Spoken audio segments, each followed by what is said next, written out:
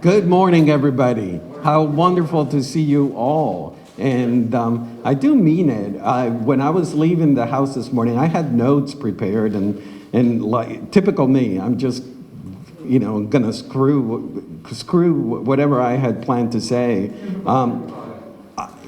I was taken aback when I was leaving my house this morning because my husband said, "Well, you've done this before. There's no need to be nervous about it." And I turned to him and I said, do you realize that we've gone through 2 years of a pandemic? You cannot take anything for granted.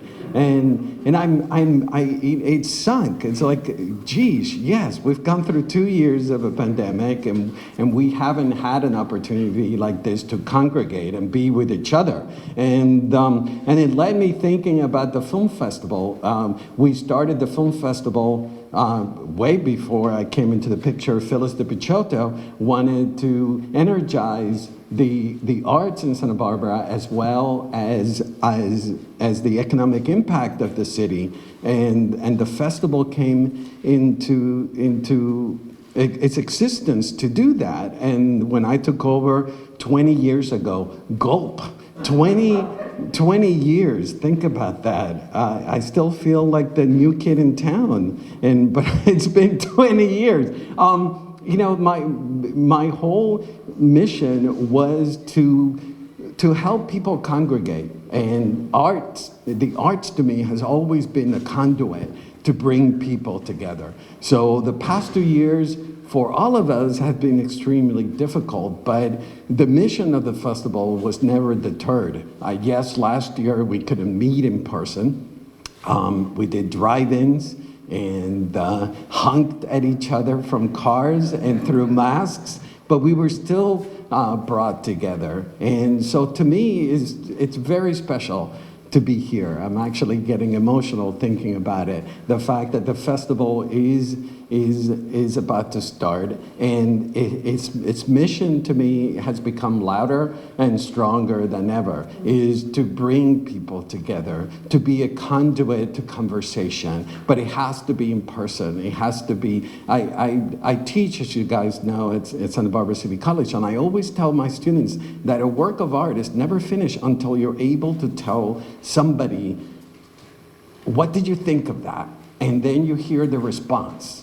And you create, and then to me, that's where art lies. And the film festival to me was always about watching a film and sharing with a stranger your opinion, what stirred in you, what you didn't like about it, how it made you feel. And the past 2 years, we've lacked in that. We haven't had that experience. Everybody has been at home watching Netflix and Amazon and streamers and watching films. We continue doing that, but we've been missing the interaction of human interaction, which to me is essential. My God, I digress. I have to. It's my honor to thank Sullivan Gus for hosting us this year. Thank you so much to the powers that be here at Sullivan Gus, Nathan and his crew for hosting us. I also like to acknowledge people that made the festival essential that are no longer with us, starting with Mike DeGree, who was with me when we started when I took over the film festival, and recently it's his 10th year anniversary of his death, and a day doesn't go by that I don't think about him, and the festival is where it is because of his vision. And the other person I want to acknowledge is Russ Spencer, who we lost a few years back, and he was always at the press conference. If it wasn't for him, Santa Barbara filmmakers wouldn't have their plays in the film festival. He's the one that was always telling me that Santa Barbara filmmakers needed equal footing with all the other filmmakers, and we've lost them. Last year we lost Nadine Turner, who was the force behind Hotel Santa Barbara. And if you guys recall, 20 years ago when I took over the film festival, the Hotel Santa Barbara became the hub. She was a big cheerleader, a big smiley lady who welcomed guests from out of town as well as locals during the film festival. And we think of her, and we're so grateful to her. And then last but not least, my friend Barbara Boris, we lost this past year as well. She, for 19 years, she did the poster for the film festival. And many of you who were here at press conference remember her unveiling and also her work, which had a lasting impression on everybody. And her work goes in tandem with the success of the film festival. So thanks to all of them. We're deeply appreciative and grateful for your legacy. So on to the film festival. As you can hear, I'm very excited. This is the 37th edition of the film festival, and it will. Before I start, I'm super grateful to the festival staff. You see some of them here. Of course, Sean Pratt and Jill Remy and Ben and Sherry Stimmitz, people that have been with us since the beginning. I'm so glad that I have such a great team. And then we have a new team member, and she's here. Her name is Claudia Puy. She's the new programming director of the Santa Barbara Film Festival. Claudia Puy is the president of the Los Angeles Film Critic. She's a renowned critic,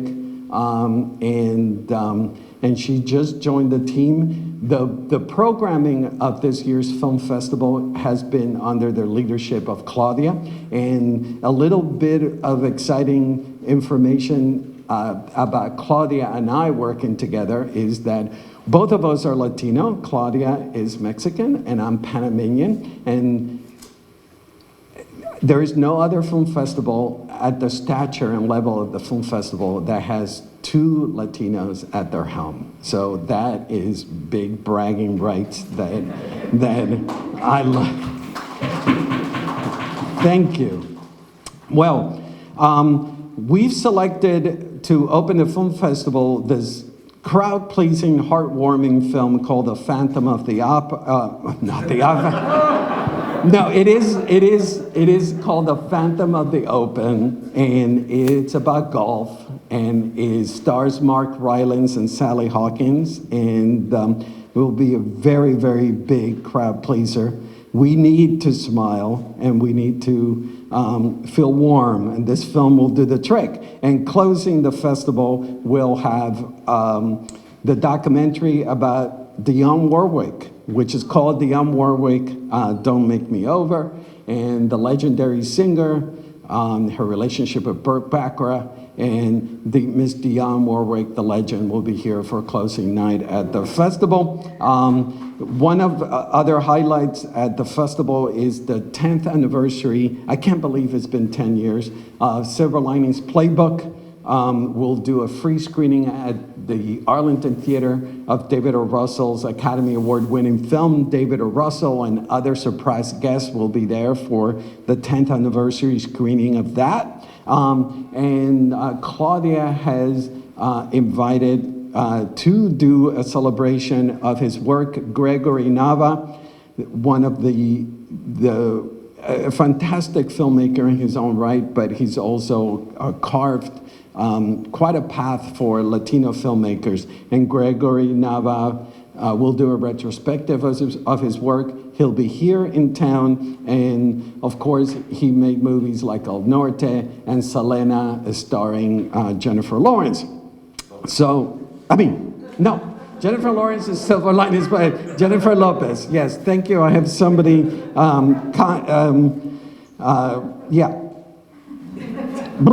So the festival will feature 48 world premieres and 95 U.S. premieres from 54 countries, and all those numbers thanks to Claudia and her team, are a record for the film festival. And then I don't know if you guys saw the opening night, the Oscar announcements.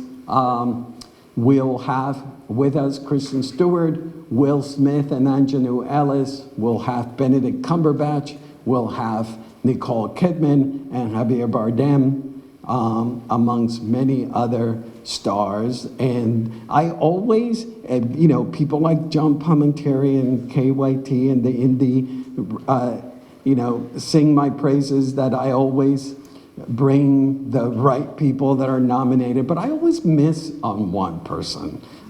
This year, I'm batting 1,000. Everybody got nominated, even people that people were questioning, like Kristen Stewart and Anjanou Ellis. Everybody, and Bardem, everybody was like, really? Javier Bardem, Best Actor? Yeah, everybody got in. I should drop this mic. No, I won't do that because it'll rattle the whole room. And there'll be more announcements. I have Montecito Award, which will be announced next week. I know who it is, but it's exciting. Another Academy Award nominee, and we'll be announcing the directors, which we always feature the 5 nominated directors for the Oscars. We'll be announcing the writers to producers, women's panel, etc. Claudia and I will be lingering to answer questions. Shout out to Randy Rouse, our mayor. Thank you for being here, Mr. Mayor. He's been even before he was mayor, he was a big supporter of the arts and the film festival, so I'm really glad that you're here, Randy. Speaking of men that I admire greatly in this town, I want to introduce Hank Pitcher, the legendary Santa Barbara painter. And I asked him to join me because we're going to unveil a poster, and that should be a hint of who made the poster for this year's edition of the festival. Ready, Hank? Yeah, you just grab it, lift it up, and then pull it down. Oh. There's a lot of fog.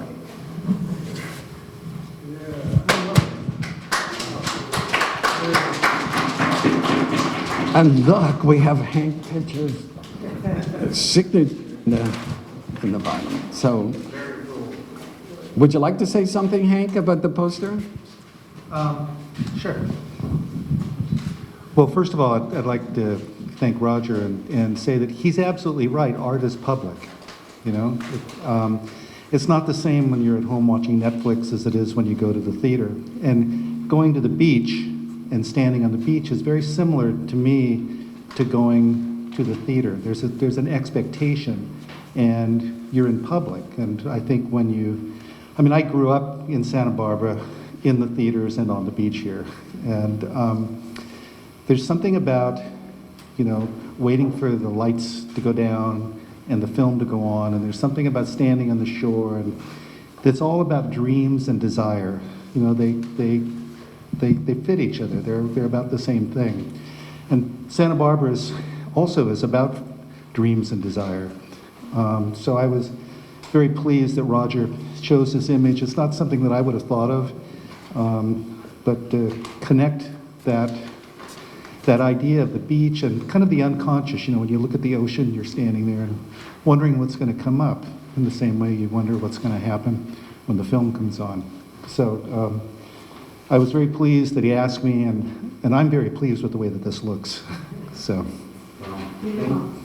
Thank you. So we'll be here to announce questions and thank you all for being here. We're super stoked, super excited, and in March 2nd through the 12th, the hills will be alive with the sound of movies. Thank you, everybody.